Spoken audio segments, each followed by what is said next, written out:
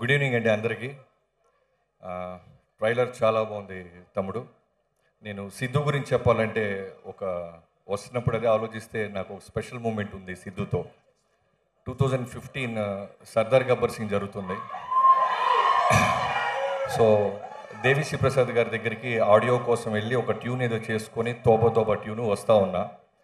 కూర్చొని ఉంటే నా పక్కన ఉన్న వాళ్ళందరూ ఇంగ్లీష్ మ్యాగజైన్స్ అవుతున్నారు. సో మనం కూడా బిల్డప్గా చదవకపోతే మనకు రాదనుకుంటారని పేజీలు అలా తిప్పుతుంటే ఒక చిన్న ఒక కాలంలో సిద్ధు ఫోటో చూశారు 2015. చూడంగానే ఈ అబ్బాయి ఎవరు చాలా బాగున్నాడు, ఐస్ చాలా బాగున్నాయి, ఇంటెన్స్గా ఉంది అని వెంటనే వచ్చి మా కోడేటరీ చెప్పా.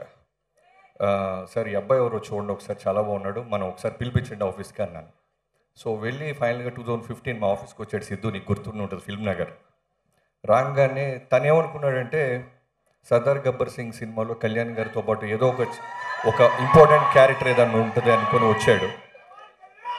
కాకపోతే నాకు అంటే ఒక బాబాజీలానో గురూజీలాగో ఫార్చ్యూన్ నాకు తెలియదు, కానీ కొంతమంది చూస్తే అనిపిస్తుంది వీడు షైన్ అవుతాడురా, ఒక పీరియడ్ మొత్తం వెళ్తాడురా అని అలా అనిపించింది సిద్ధు. ఆ రోజు సిద్ధు రంగని చెప్పా, నిన్ను వేషం కోసం పిలిపిలేదు తమ్ముడు, నువ్వు ఖచ్చితంగా ఓ పెద్ద హీరో అవుతావని 2015 పెట్టా సిద్ధు హీరో అని.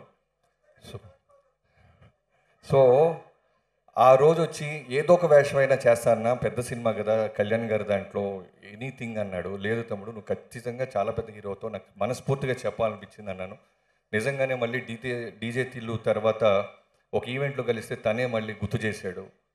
జనరల్గా మర్చిపోతున్నట్టు యాక్ట్ చేస్తాం మనం అలాంటి చిన్న చిన్న ఇన్సిడెంట్స్, కానీ గుర్తుపెట్టుకొని నాకు గుర్తు చేసిన సిద్ధుకి నిజంగా నీ ఎనర్జీ అందరూ అంటున్నట్టు మైండ్ బ్లోయింగ్.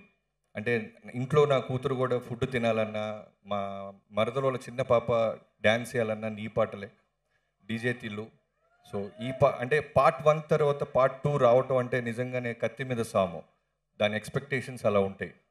నేను ట్రైలర్ టీజర్ చూస్తున్నప్పుడు ఫస్ట్ అంత పెద్ద హిట్ కదా, మళ్ళీ అదే పేరుతో వస్తున్నాడని చూస్తే దానికంటే డబుల్గా ఉంది ఎనర్జీ అండ్ టోటల్ టెంపో పర్ఫెక్ట్గా ఉంది.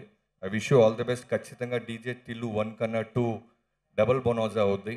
అలానే మా ప్రొడ్యూసర్ నాగవంశీ గారు, ఇప్పుడు మేము జరుగుతున్న 109 హోమ్ బ్యానర్ బాలయ్యబాబు గారి సినిమా. సో ఈ సినిమా గురించి మా సెట్లో చాలాసార్లు చెప్తా ఉన్నాడు, వస్తుంది. So I wish you all the best. మిగతా వాళ్ళందరికీ, డైరెక్టర్ మల్లి గారికి, మ్యూజిక్ డైరెక్టర్ గారికి, రామ్ మిరియాల గారికి, మీ వాయిస్కి చాలా పెద్ద ఫ్యాన్ని రామ్ మిరియాల గారు నేను.